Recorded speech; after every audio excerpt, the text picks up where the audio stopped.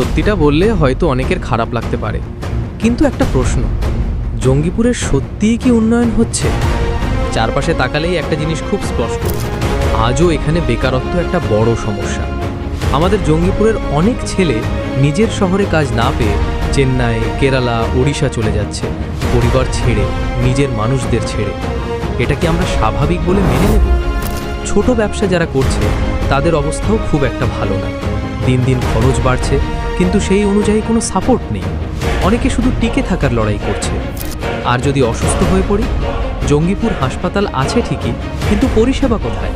রোগী বেড পায় না, ওপিডিতে লম্বা লাইন, বাথরুম টয়লেটের অবস্থা খারাপ, ঠিকমতো চিকিৎসাও পাওয়া যায় না। আরেকটা বড় সমস্যা রঘুনাথগঞ্জ ফুলতলার ট্রাফিক। প্রতিদিন ফুলতলা মোড় থেকে গোপালনগর পর্যন্ত ভয়ানক জ্যাম লেগেই থাকে। মানুষের যাতায়াত প্রায় অসম্ভব হয়ে যায়। বছরের পর বছর শুধু প্রতিশ্রুতি, রাস্তাটা চওড়া হবে শোনা যায়, কিন্তু আজও কাজ শুরু হলো না। এই জিনিসগুলো আমরা সবাই দেখি, আমরা সবাই জানি, কিন্তু বলি কজন? হয়তো এবার সময় এসছে সঠিক নেতৃত্ব বেছে নেওয়া। তাই আপনাদের কাছে একটাই অনুরোধ, আপনাদের মূল্যবান ভোটটা একটু ভেবে চিনতে দেবেন।